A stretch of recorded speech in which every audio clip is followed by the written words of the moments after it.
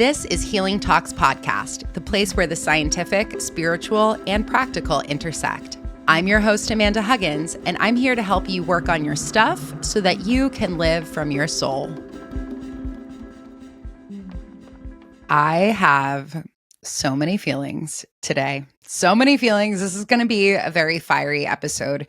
We're going to unpack twin flame ideology and honestly, ideology that I see in the spirituality and the coaching world that I think is unbelievably misguided. Unbelievably misguided. And this episode is coming off the heels of or inspired by, I just watched the first two episodes of the Netflix documentary, Escaping Twin Flames.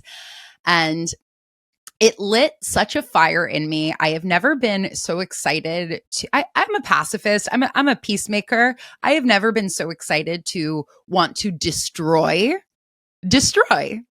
parts of the industry that I work within, which is the coaching and the spirituality industry, if we want to call it that, because it is. And coaching, spirituality, they're unregulated industries, which is wonderful in many aspects.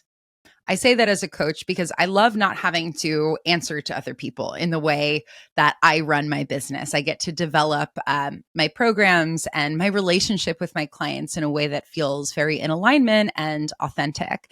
And I love the freedom and the agency of that. And something that I think I've been too quiet about this, but something I've been kind of quietly critical of is how much space there is for emotional manipulation, gaslighting, and really fucking dangerous ideologies in the coaching and spirituality space. And I've not wanted to be very loudly critical or very specific about my critiques in the past because I have, second and third degree connections who do a lot of the work that I am very critical of. And I'm at a point now, especially after watching this documentary, where I just don't give a shit.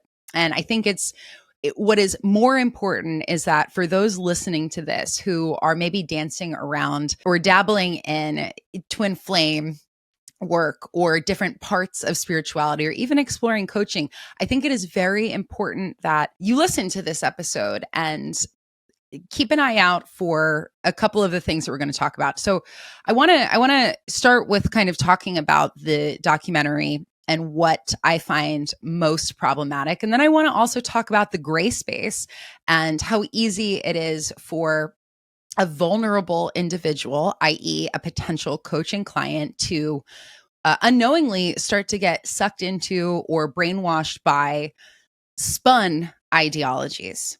So we're going to get into all of that. First, I want to, for those of you who haven't yet watched this docuseries, Escaping Twin Flame, it's on Netflix. It follows the story of Jeff and Sheila, who claim to be spiritual leaders, coaches, teachers, fill in the blank. And their work, at least their work at the focus of this documentary, is as twin flame coaches. And I say at the focus of this documentary because there's one point in the series where they go into Jeff's backgrounds, and he was sort of like kind of one of those coachy hustlers in general who was doing like the make money quick with coaching and the like, I'm going to transform your life, but I'm very vague about it. And then it looks like he and his now wife, Sheila, I believe, had fallen into the twin flame space. And okay. So many fucking feelings about this. So let's just first start with defining what a twin flame is, and then I'm going to plug it back into the context of this documentary. So we've all heard the term soulmates, and I take issue with the idea of the one soulmate. I think that's a bastardized version of what a soulmate truly is. And in general, I think this is probably a good disclaimer too. I have very deep and very broad spiritual beliefs. I am not one for dogma. I'm not one for very firm rules. I think that the true nature of spirituality is understanding who you are and then what feels good and how to live your life in a way that you feel connected to yourself, connected to others, and that you feel really supported and on your path. And I don't think that there is one particular line of spirituality or religion, discipline that is 100% fully right. I would say, if anything, I probably lean most towards probably Buddhism with my background as a yoga teacher, et cetera. But I'm not one for strict ideologies. So just keep that in mind as I'm kind of walking through what I'm about to share.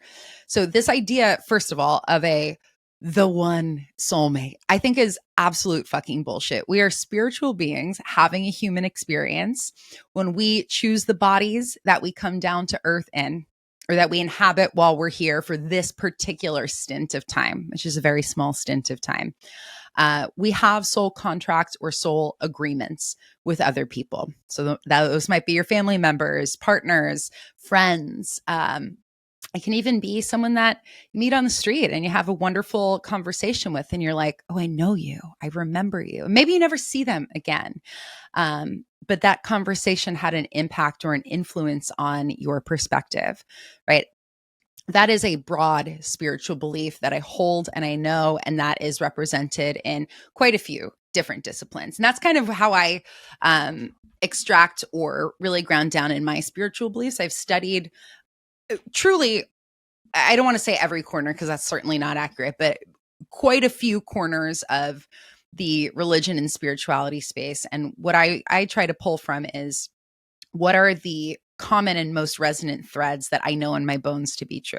Okay. So that's kind of where I stand with soulmate, right? Is we have many soulmates and they don't have to be romantic partners. Okay. And so I also, now we bring in this idea of twin flame, which I fundamentally am not in disagreement with the existence of a twin flame. Okay. So let's start there.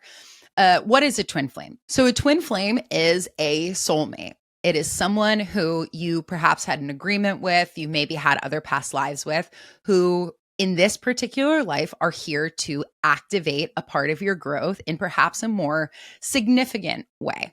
Okay. I would still say you don't have to use twin flame. You can just call that a soulmate. But if we're using this within the twin flame wrapper and the way that twin flames have been really how the dialogue has been crafted over the past few years on the internet, twin flames are spoken about as the other half of your soul. And in order to be fully spiritually self-actualized, you must be with this person. And that is absolute fucking bullshit.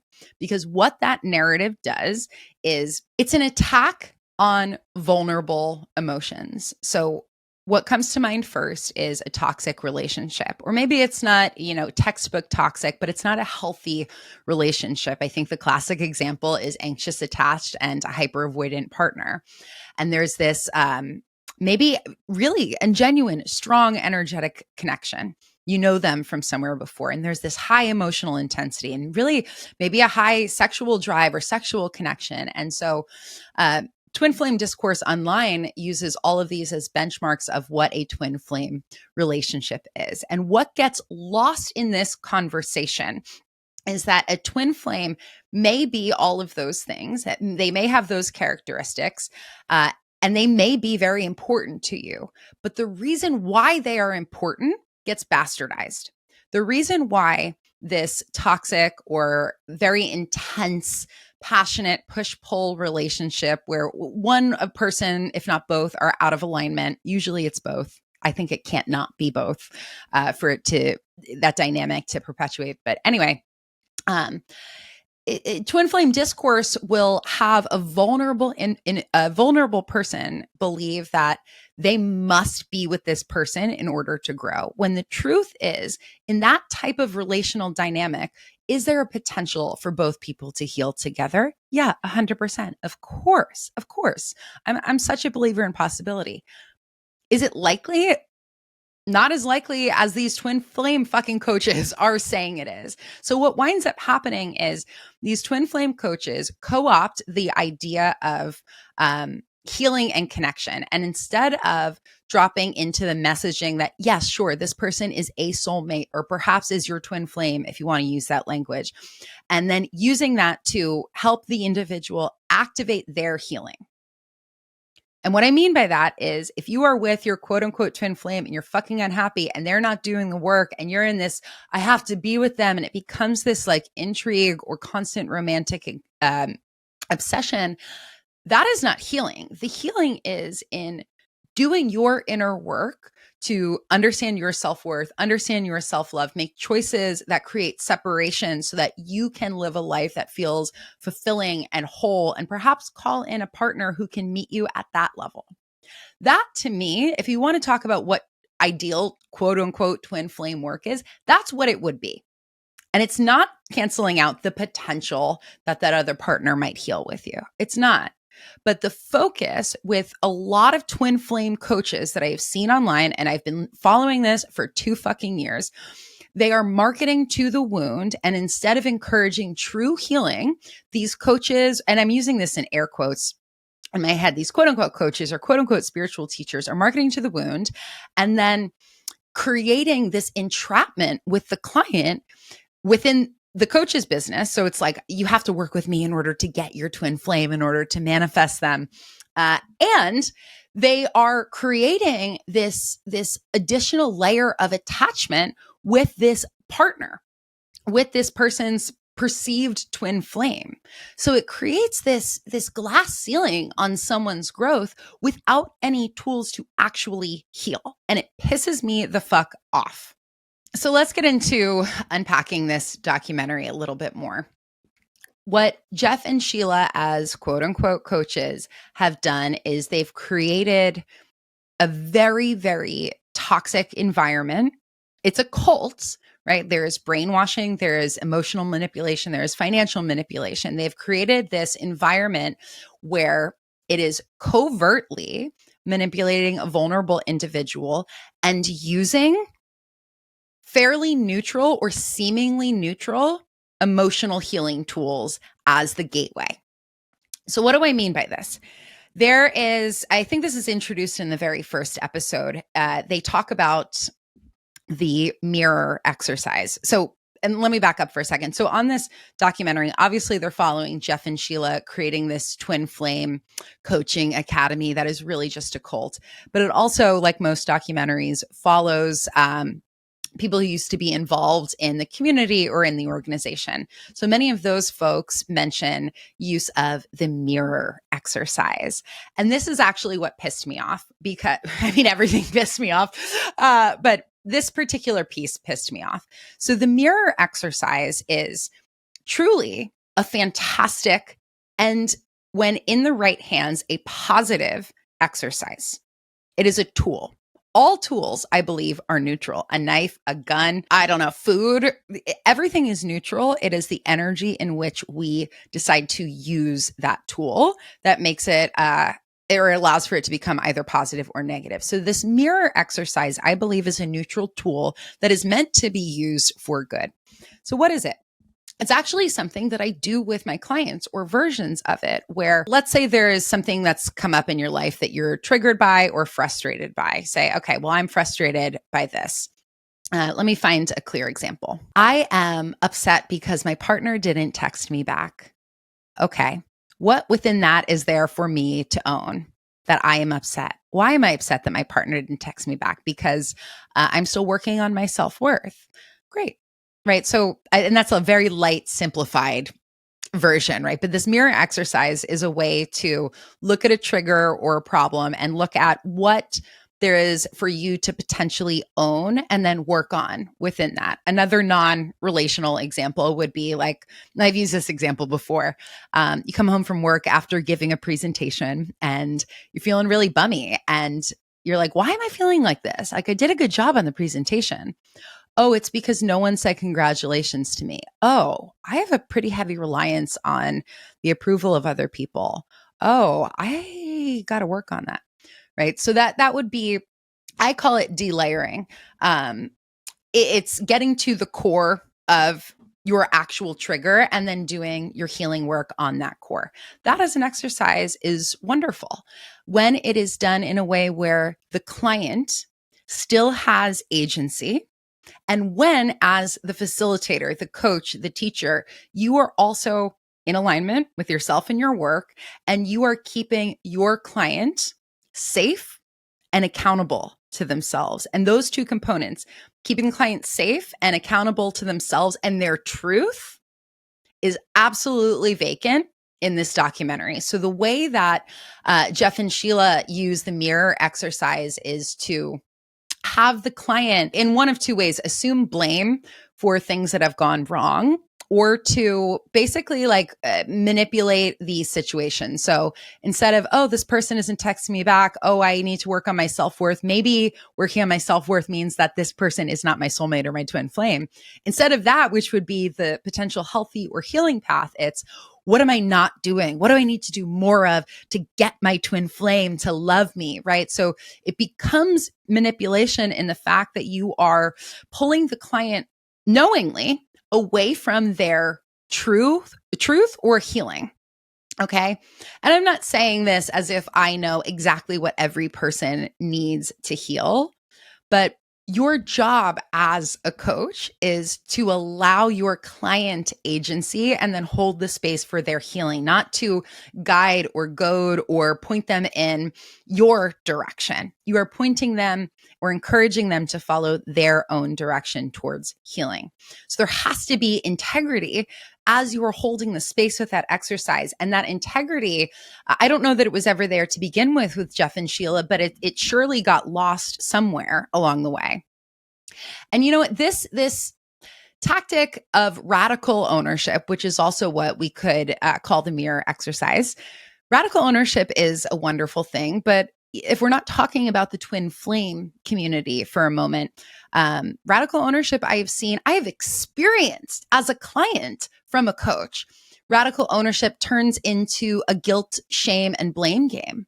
This is very prevalent in the manifestation community. Oh, you didn't manifest hard enough. You didn't believe enough. Well, you haven't done something right. And I'm an anxiety coach. I work with anxious folks. When that is the narrative that a coach or a teacher is perpetuating to you, rather than working with you on the block to say, well, you just got to keep manifesting harder, or you have to keep believing more. And if it hasn't happened, you're just not doing it right. That is such a damaging, quote unquote, teaching tool for someone who perhaps has some mental health challenges, for someone who is still working on their self-worth, is still working on their grounding. This is why I don't do manifestation as the first thing that I do with clients. We work on their mental health and their emotional state first before we get into any energy work or manifestation or mindset stuff, because you can't fake someone into a belief system. You can't guilt someone into not manifesting correctly. There is no positive return for the client. You know who there is a positive return for? The coach or the practitioner. Because when you are running this narrative, oh, you're not doing it enough. If you and your twin flame haven't connected, if your manifestation hasn't arrived, it's not my teachings. It's that you haven't done it enough. Pay me more money and I'll show you how. That's who fucking gains. And that's what pisses me off. And this is not yet a commentary on, the rates that coaches charge. I'm a big fan of charge whatever the hell you want. If you are in alignment and you believe that you are serving, you know that you are serving, and if people are paying, and if you are having happy and satisfied customers, right? That's fine. But when there is a manipulative dynamic to the finances, meaning I break you down, I don't show you how to heal, and then because I have broken you down, now you have to pay me more money, that's fucked up. That's fucked up. And it's not just Jeff and Sheila. It's not just Jeff and Sheila.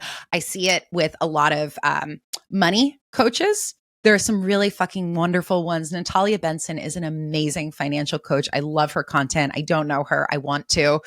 But you could do a scroll on her page. That woman in alignment, right? You can tell she's in her work. But I see a lot of get rich quick coaches who are like, give me the money. And if you don't make the money, it's not your fault. You didn't follow my steps correctly when the steps they were offering or the system they're teaching was broken to begin with. This is also very prevalent in manifestation culture. All right, what else do I want to bitch about?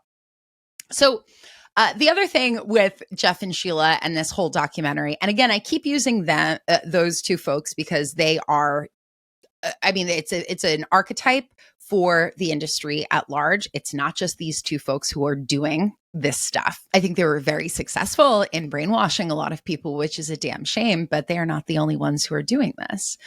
Another thing that I found really problematic with the twin flame community that was presented in this documentary was the way that they claim to support folks with trauma processing. And they are not doing any trauma processing. There is no trauma-informed language. And what sticks out the most to me, and what I think is the most dangerous, and again, I have seen other coaches and other organizations do this. Trauma processing has to be done in their exact format at their pace. I am fundamentally against that.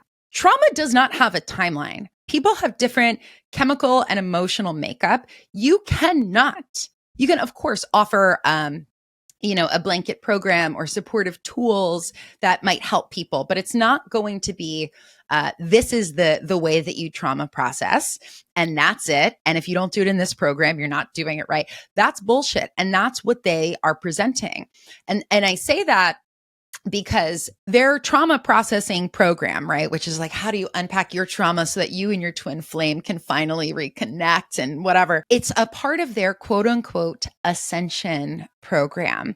So in order to get to this next level of spiritual awareness, you have to go through this program. And that's the part about the timelines that I fundamentally disagree with, because someone can't just heal in a 3-month, $3,000 course because you said they need to in order to get to the next level. That's fucking bullshit.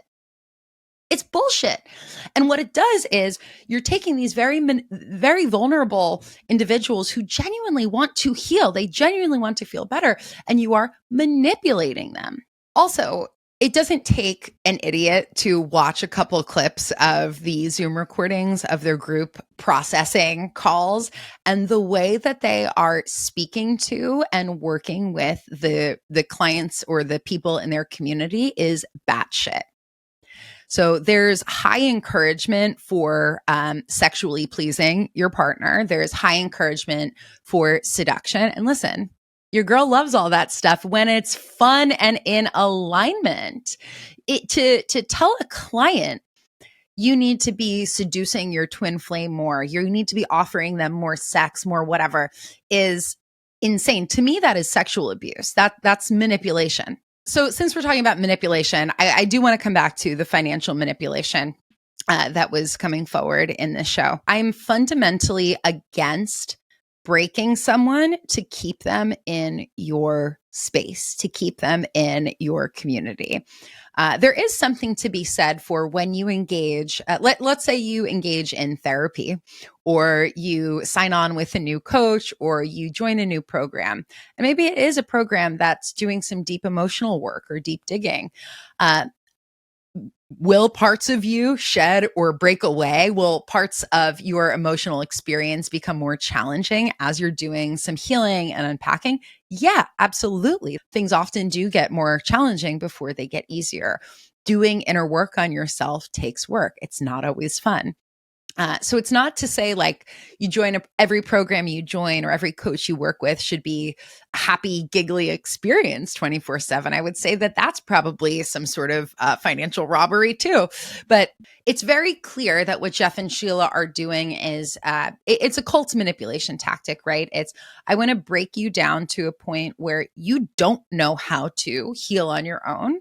And I'm going to use some classic manipulation tactics like separating you from your family, cutting off people who are not your vibration, so that I am the only person that you can follow, that I'm the only person you can trust.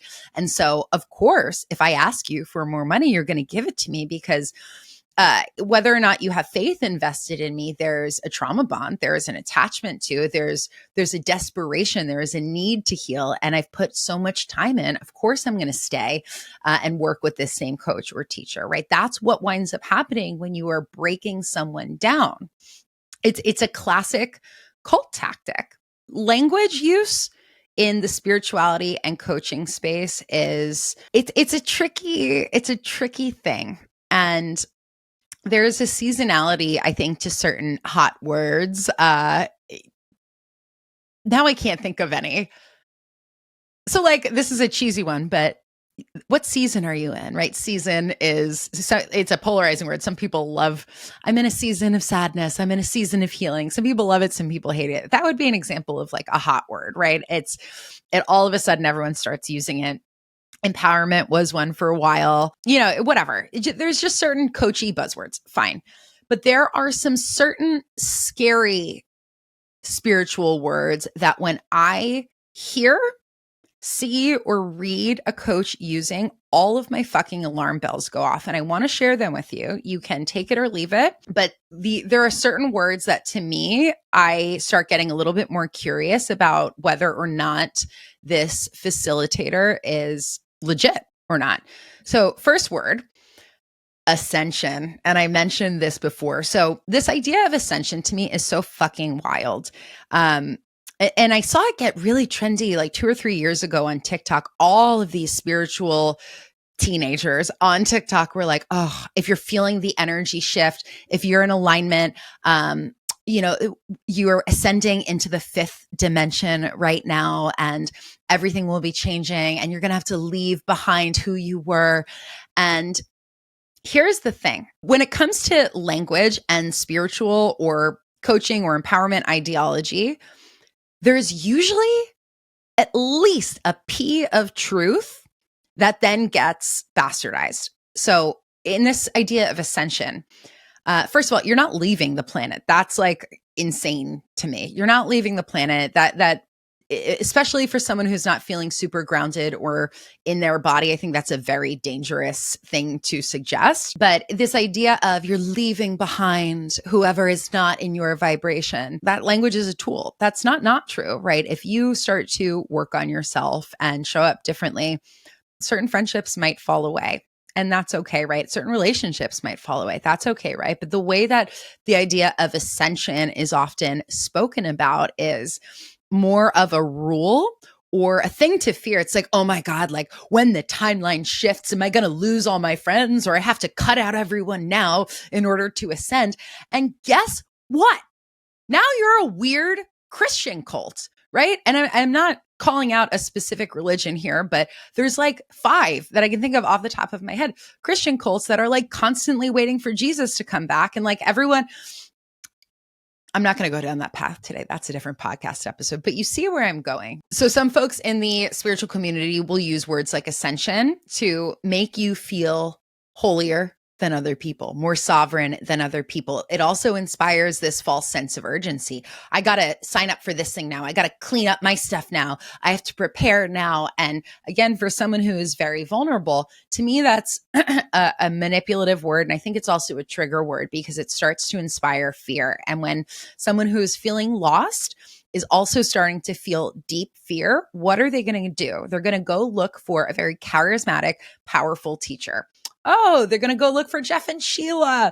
And it's not, I want to make this very clear. I am not, by no means putting blame on or shaming anyone who has gotten involved in twin flame work or even some of the funkier corners of spirituality. I've done so much poking around over the past really decade.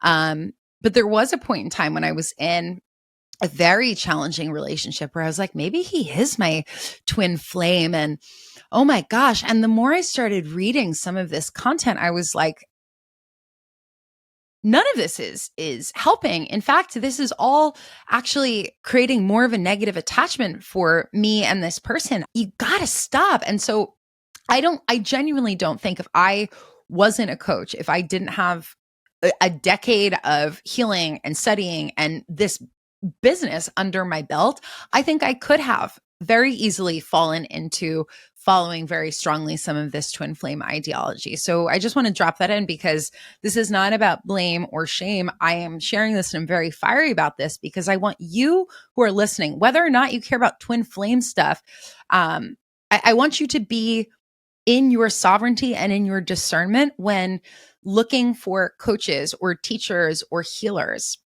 Okay, so language is one of those places where I encourage a lot of discernment. Ascension, big red flag word for me personally. Specific to the twin flame community, the idea of divine union, that makes me want to throw up. It makes me want to throw up. And listen, I'm a lover. I love love. I want everyone, if it makes sense for them, if it's a desire for them to be in love and to be happy and feel loved and supported, and it's the best. But this fucking idea of divine union has been co-opted. I have so many thoughts battling right now. Every union that is healthy, happy, and supportive is divine because everything in this universe is inherently divine. It is false ideologies and it is manipulation that takes a toxic relationship and puts the label of divine union on it. Okay, because what this idea of divine union does, and specific within this documentary, is you'll have an individual say, oh, I think I found my twin flame, or they tell you in this documentary, oh, this is your twin flame. Congratulations. This person's wildly out of alignment for who you are, what you'd like for your future, but you must achieve divine union. And because those words divine union have such a seeming potency to them, all of a sudden that now gets held as your God. So instead of checking it, you are supposed to be the God of your heart. Right? You are the God of your heart. But when this idea of divine union within the twin flame context starts to become present, that is now your God. And so it's how do I orient myself around keeping this relationship so that we can come into divine union? And then the drama and the intensity around it, because often these two folks are misaligned in some way. There is a runner or a chaser, or they're fundamentally not meant to work in this lifetime. So because there's this chasm in who they fundamentally are, it creates this intensity and this drama. And what do people love? We love a challenge. We love something to work towards or work for. We also love feeling like we are part of a community and part of a team. So twin flame communities where you have all of these vulnerable folks who are in a challenging situation and then supported by other people in that same situation. And then we're all encouraging each other like, hey, well, I'm also not in divine union yet. Here's what you can do. Here's what you can do. It's like, it is just, it's actually a brilliant cult strategy, because what folks like Jeff and Sheila have done is there's a point where they get to hand off the manipulation because they've done enough brainwashing where the community members start to brainwash each other. And I say this, and I can say this with certainty because I see this in a lot of manifestation communities. Here's another language thing to watch out for. Conform, the word conform. So if you are not familiar with law of assumption, which is a derivative of law of attraction, law of assumption, I think, is more about simulation theory. It's whatever your reality is purely a projection of your subconscious. So only I exist. Anyone listening to this episode, you only exist because I created you. And so because I created you in my subconscious, I can tell you what to do. So if I want this episode to go viral, I'm going to tell everyone that I want this to go viral in my subconscious. And then that's what's going to happen. That's fucking bananas. That's bananas. We are all living and breathing wonderful human beings with our own sovereign and agenic spirits. Agenic, okay? We cannot control each other. That is a fundamental belief, and that's not a spiritual, I mean, it is a spiritual belief, but that to me is a core human belief that I hold. And I would hope most people do too. But this, law of assumption, this idea that, well, since you're not real, you're just a projection of my subconscious, I can control you. One of the things that comes up in a lot of these very restrictive manifestation communities is, well, my twin flame isn't, he's not conforming to my subconscious ideas about him yet. And so the coach or the manifestation instructor will come in and leave a comment like, well, you have to keep affirming, keep believing, and they will conform. And to me, that is fucking terrifying. It's terrifying because I know that those coaches who are saying that are going through their own shit, because guess what? Every single coach, teacher, healer also is a person with a life and challenges and complications. And so, it's one thing to be like having a hard time and still show up for your clients. That's life. We're all going to do that.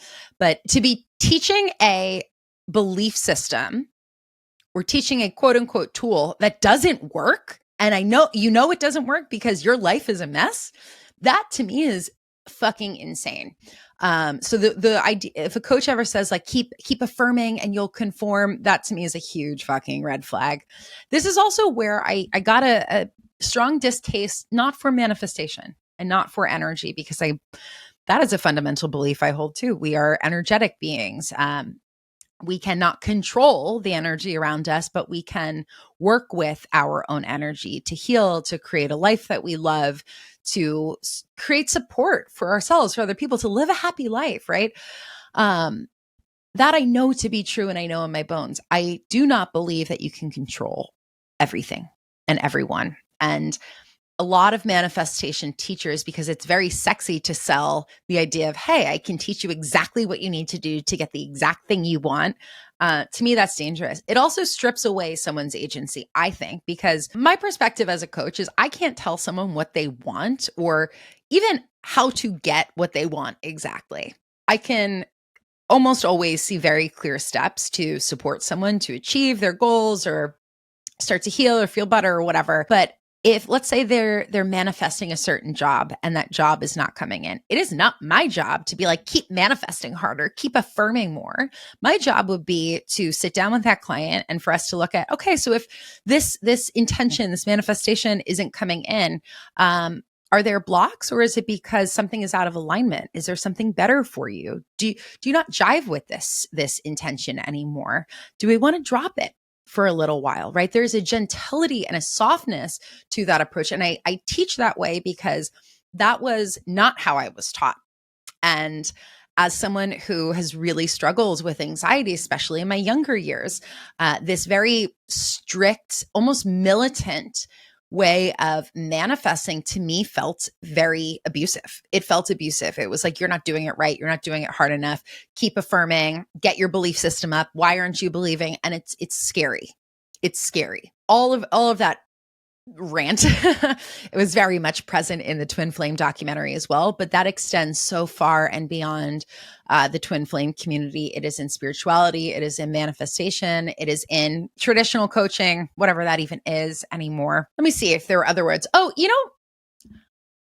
I didn't have this written down, but another word that to me is a little bit of a flag is when people use the idea of vibration as a way to manipulate or have a client create separation between them and the rest of their lives. So to say, drop people who aren't in your vibration, or if someone is holding your growth back, you have to cut them off completely. Is that potentially a healthy step for some people? Sure. I've supported a few clients in going no contact with a family member or a previous partner, but that was a decision that they made. And we always leave the door open. If they do not want to have that no contact, they can always break that. And I'm here to support them when they do. So there's a spaciousness, and it is client directed rather than coach directed. And actually, as I'm saying this out loud, I think that's probably one of the core things that has been pissing me off about this documentary and about a lot of coaches is this idea of they're not coaches. They want to be gurus. That's what it is. Because it's like, I know. And if you follow my way, I'll show you how. No. The client knows. The individual knows. Your job is to help them see their own knowing, not to get them to conform to what you think they should do because you want them to pay you money. Where are these people's consciences? And actually, I know where they are. What I'm about to say, I'm by no means giving people slack or leeway here, but to be able to manipulate groups of people or to teach things that are out of alignment, or you are out of alignment as you were teaching them to create false promises, financial manipulation, emotional manipulation, you have to have a lot of shit that you have not unpacked. And I can have compassion for that wound. I have no respect for how that wound is being exercised. But there's shit going on with anyone who is comfortable, quote unquote, leading in that way. And this is why it is so important to vet your teachers, to vet your coaches, to vet whoever you're working with, right? I say to potential clients all the time, coaching is an investment. There's a way in which I was trained. This is actually a really great example. So I was trained to do coaching sales calls in a way that felt very uncomfortable for me. The suggestion was that you had to get a yes immediately on the call. And if they said yes, you had to encourage them to pay you on the call. And I never, ever felt comfortable with that because coaching is an investment. It's thousands of dollars. I certainly would not want to feel rushed or like I have to pay right then and there. I want to sit with it. I want to meditate on it. And that type of, what was it called? It was called compassionate sales or compassionate conversion. It just never sat right with me. For some people, it works. For some people, they can do it and it feels very in alignment. But that shit just never, it's not for me. But if you had a good experience with it, amazing, great. I'm more offering a general note about the importance of vetting people that you're working with. Are they in their work? And of course, there's no way to know with 100% certainty unless you feel it in your bones, which often will happen, right? You can search your own intuition, search your own awareness for how you feel about this person potentially supporting or guiding you. But are they in their work? Are they practicing what they preach? And is there any suggestion of manipulation on their website, on their social media? Watch the videos. Watch videos that people put out. I'm a big tone and clearly language person. So if you're more of the clairaudient maybe type, listen to the tone. Don't just listen to the words. And I like to kind of close my eyes when I'm listening to someone talk and just see where my body is either at peace or reacting. It's okay if like you scroll across something and you're like, ooh, that makes me a little uncomfortable because maybe there's some truth to that, right? Maybe like I just posted something yesterday. I was like, you can't think your way out of feeling. And it was a repost from someone else. That made some people uncomfortable, but in like the good way, it's like, oh shit, I forgot. I'm trying to think myself out of feeling. And I posted that because I need that reminder sometimes too, right? So there's a difference, and this is where your own discernment becomes very important too. There's a difference between something making you uncomfortable and something ungrounding you. And from everything I've seen, most twin flame ideologies are very ungrounding. They perpetuate attachment, and they might say that they are encouraging healing.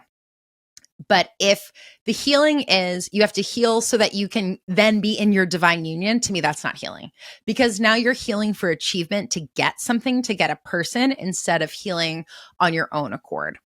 I know for myself, there was a point where I was like, I don't want to do any more healing because if I fully heal, I'm not going to be able to be with this person anymore.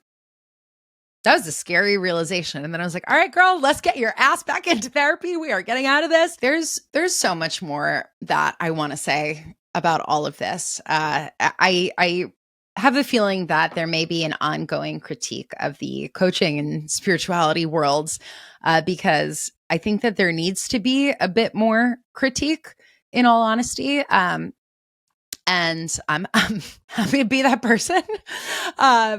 But I do want to end this on perhaps a more grounded or more positive note. So let's end with where we started. The idea of a twin flame, someone coming into your life to activate a part of you. If you want to get down with the language twin flame to describe that kind of relationship, fine. I consider that just a soulmate. Right. And for me, soulmate feels much more neutral. It doesn't have that charge. Is that dynamic? Is that relationship a real thing? Absolutely. And you may be experiencing it. And my heart goes out to you because it's not an easy relationship to navigate. But what I do want to encourage you to consider is that that person or achieving reconnection or reunion with that person may not be the healthiest end game and may not be your true end game. And what would be a damn shame is for you to deny or cut short your own healing and all of the love and joy and excitement you can have in your life to cut that short because, or to dull it or distill it because there's this ideology that's seeped into your consciousness about it has to be this person, especially if you're the only one doing the healing work and they're not. Especially if you're the only one that even is talking about the twin flame stuff. They don't even know what the heck that is. All of these things are signs to me that there is potentially another route for your healing and your happiness. And I encourage you to explore it. Go to therapy, find a coach or a teacher. I would say definitely go to therapy first.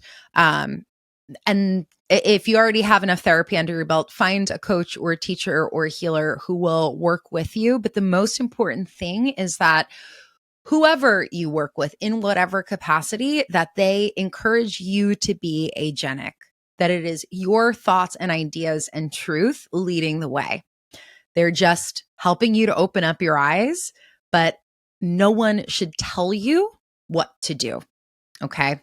And this is, again, this comes back to the fundamental challenge that I think is prevalent in these industries, but it's certainly not, it's pretty loud right now, but it's also, it's not the norm. I know a bunch of wonderful, very in alignment coaches and teachers and practitioners. If you're ever curious, you can always send me a message. I can share some of my favorites, of course. My books are also open as well, but I don't want this to turn into like a self-promotion episode. So if you want to work with me, you can go on my social media or my website. That's all I'll say about that. I would love to hear your thoughts on this. I would love to hear your thoughts. And I actually think I would love to talk to someone who maybe shares a similar perspective, maybe was in deep twin flame work and then realized that it was out of alignment for them. I think it would be really interesting to have someone like that on here. So if that's you and you want to have a little chit chat, let me know, send me an email. Otherwise, I think for now, we'll leave that there. Thanks for listening to me yell. I hope that this was useful. I love you. I'll talk to you soon. Bye.